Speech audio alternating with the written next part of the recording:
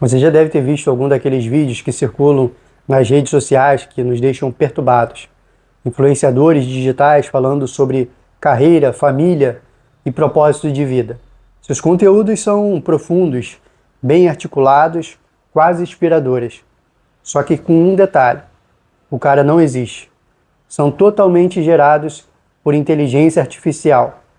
Você já deve ter se perguntado: como vou saber o que é real? Bom, essa pergunta não tem saído também da minha cabeça. Vivemos numa era onde algoritmos criam rostos humanos mais perfeitos que os reais, escrevem textos mais eloquentes que a maioria dos escritores e produzem conteúdo 24 horas por dia sem cansar. Estamos no auge desse buzz com o GPT-5, essas máquinas que pensam, gerando vídeos longos, autênticos, que parecem reais demais. E nós, os verdadeiros humanos, estamos aqui questionando nossa própria relevância. Mas hoje quero te mostrar que essa ansiedade tecnológica não é nova. Na verdade, ela nos leva direto ao coração de quem somos e por que existimos. A Bíblia, com a simplicidade de 2 frases escritas há milênios, coloca todos os algoritmos no seu devido lugar. Bom, Gênesis 1, 26, 27 diz assim: também disse Deus, façamos o homem à nossa imagem, conforme a nossa semelhança. Tenha ele domínio sobre os peixes do mar, sobre as aves dos céus, sobre os animais domésticos, sobre toda a terra e sobre todos os répteis que rastejam pela terra. Criou Deus, pois, o homem, à sua imagem, a imagem de Deus o criou. Homem e mulher os criou. Vamos começar pelo óbvio. Quando Moisés escreveu essas palavras, não existia nem televisão, quanto mais inteligência artificial. Mas o contexto histórico nos ensina algo crucial. No mundo antigo, quando um rei queria marcar território, ele não pintava um grafite no muro. Ele mandava fazer uma imagem sua, uma estátua, uma moeda, um selo e espalhava por todo o reino. Essas imagens diziam: este lugar pertence ao rei. Sua autoridade se estende até aqui. Agora, releia o texto. Deus não disse façamos uma imagem do homem. Ele disse façamos o homem à nossa imagem. Nós não somos os criadores da imagem divina. Nós somos a imagem divina espalhada pela criação. Somos as estátuas vivas dos reis. E aqui está o ponto que nenhum algoritmo consegue captar. Ser imagem de Deus não é sobre capacidade intelectual, criatividade ou até mesmo consciência. É sobre relacionamento. Spurgeon dizia que o homem foi feito não apenas por Deus, mas para Deus. A IA pode simular inteligência, mas não pode conhecer a Deus. Pode imitar relacionamentos, mas não pode amar verdadeiramente. Quando o texto fala de domínio, não está falando de tirania. A palavra hebraica aqui é hadar, sugere liderança cuidadosa, como um pastor que conhece cada ovelha pelo nome. Nós fomos chamados para ser administradores inteligentes da sua criação, não seus exploradores. Aqui está o que me fascina.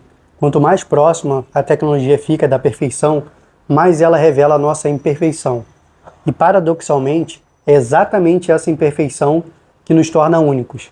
John Piper uma vez observou que Deus é mais glorificado em nós quando estamos mais satisfeitos nele. Traduzindo, nossa humanidade não está na nossa capacidade de processar informações como um computador, mas na nossa capacidade de encontrar alegria, propósito e significado em algo além de nós mesmos. A IA pode escrever poesias tecnicamente perfeitas, mas não pode chorar ao ler uma. Pode compor sinfonias matematicamente harmoniosas, mas não pode se arrepiar ao escutar uma. Pode simular empatia, mas não pode realmente sofrer com quem sofre ou se alegrar com quem se alegra. Isso não é um defeito, é o design divino, e nós temos a prova encarnada disso. Pense na cena em Betânia, em João 11. Lázaro, o amigo, está morto. Jesus chega e o ambiente é um caos de dor humana, crua e sem filtros. O que a divindade algorítmica faria ali? Um código de poder resolveria o problema com um simples comando: ressurrete Lázaro. Fim da história. eficiente, limpo, perfeito. Mas o que Jesus, a imagem perfeita do Deus invisível, faz? Ele vê Maria chorando, agitou-se no espírito e comoveu-se. E então ele chora. O Criador do universo, com todo o poder para reverter a morte, primeiramente se permite ser quebrado pela dor de seus amigos. Ele chora, lágrimas reais por uma ferida real. E é essa humanidade que a IA jamais poderá replicar. Não a capacidade de resolver o problema, mas a capacidade de sentir a dor do problema. A perfeição divina não se revelou em poder onipotente, mas em empatia encarnada. Mas sejamos honestos, existe algo perturbador nessa corrida tecnológica que reflete nosso estado caído. Desde que Adão e Eva quiseram ser como Deus, a humanidade tem essa obsessão em criar suas próprias versões de divindade. Na Babilônia, construíram uma torre para alcançar os céus. No Egito, esculpiram faraós como deuses. Em Roma, divinizaram imperadores. Hoje criamos máquinas que pensam e dizemos, finalmente criamos algo à nossa imagem. Mas aqui está a tragédia. Quando tentamos ser os criadores da imagem, acabamos perdendo a nossa própria identidade como portadores da imagem. Timothy Keller dizia que idolatria não é apenas adorar estátuas de pedra, é transformar qualquer coisa boa em algo supremo. E nossa geração está perigosamente próxima de idolatrar a tecnologia. Não porque ela é má, mas porque é boa demais para confiarmos apenas nela. Aqui chegamos ao coração do Evangelho. Se nossa dignidade vem de sermos imagem de Deus, e se o pecado distorceu essa imagem, então a pergunta é, como recuperamos nossa verdadeira humanidade? A resposta não está em competir com as máquinas, mas em aceitar a graça que nos restaura. Paulo escreve em 2 Coríntios 3,18 que somos transformados de glória em glória na mesma imagem, como pelo Espírito do Senhor. Esse é o processo de regeneração, não apenas voltar ao estado original de Adão, mas ser aperfeiçoado na semelhança de Cristo, que é a imagem do Deus invisível. Em outras palavras, a IA pode tentar imitar a imagem humana, mas só a graça de Deus pode restaurar a imagem divina em nós. Então, o que fazemos com isso? Primeiro, use a tecnologia como ferramenta, não como identidade. João Calvino ensinava que todas as habilidades humanas, incluindo nossa capacidade de criar tecnologia, são dádivas da graça comum de Deus. A IA pode ser uma ferramenta poderosa para expandir o reino, desde que lembremos que ela nos serve, e não o contrário. Segundo, invista no que as máquinas não podem replicar: relacionamentos profundos, conversas difíceis, atos de sacrifício sem plateia, momentos de adoração genuína, lágrimas reais por feridas reais, alegria verdadeira por vitórias simples. Terceiro, seja autenticamente imperfeito. No mundo obcecado por conteúdo perfeito e otimizado, sua humanidade quebrada e redimida pela graça é mais revolucionária do que qualquer algoritmo. Quarto, lembre-se de que você foi criado para algo maior que tendências virais. Como disse C.S. Lewis, você não tem uma alma, você é uma alma. Você tem um corpo, e essa alma foi feita para conhecer e glorificar a Deus para sempre. Olha, eu não tenho dúvidas que a IA vai mudar drasticamente nossa sociedade. Empregos vão desaparecer, outros vão surgir.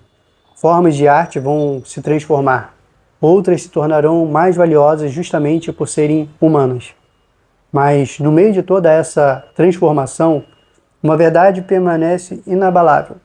Você foi criado à imagem do Deus eterno. Sua dignidade não depende da sua produtividade. Sua relevância não se mede por likes. Seu valor não diminui quando uma máquina faz algo que você também faz. Na verdade, é o contrário. Quanto mais as máquinas imitam a humanidade, mais preciosa se torna a humanidade autêntica. Quanto mais algoritmos produzem conteúdo, mais valiosas se tornam as histórias reais, as lágrimas verdadeiras, os sorrisos genuínos.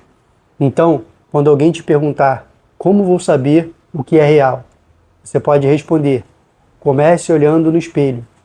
Você foi feito à imagem de Deus.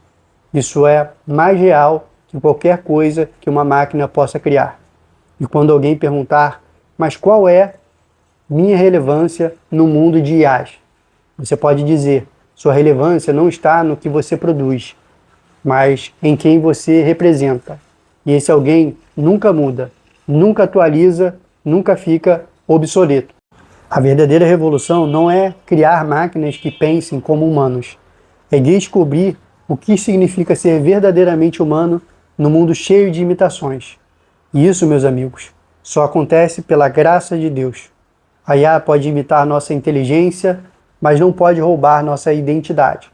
Porque nossa identidade não está no que fazemos, mas em quem somos. E somos imagem e semelhança do Deus vivo. Portanto, que fique claro, nesta era de duplicatas digitais e perfeição algorítmica, as máquinas podem processar dados, mas só a graça pode perdoar pecados. As máquinas podem simular a vida, mas só Cristo pode nos dar vida eterna. As máquinas podem aprender a pensar, mas só um humano, redimido pela graça, pode aprender a adorar. E é isso que nos torna, para sempre, verdadeiramente humanos. Bom, se você gostou desse conteúdo, compartilhe com quem você acha necessário. Até a próxima!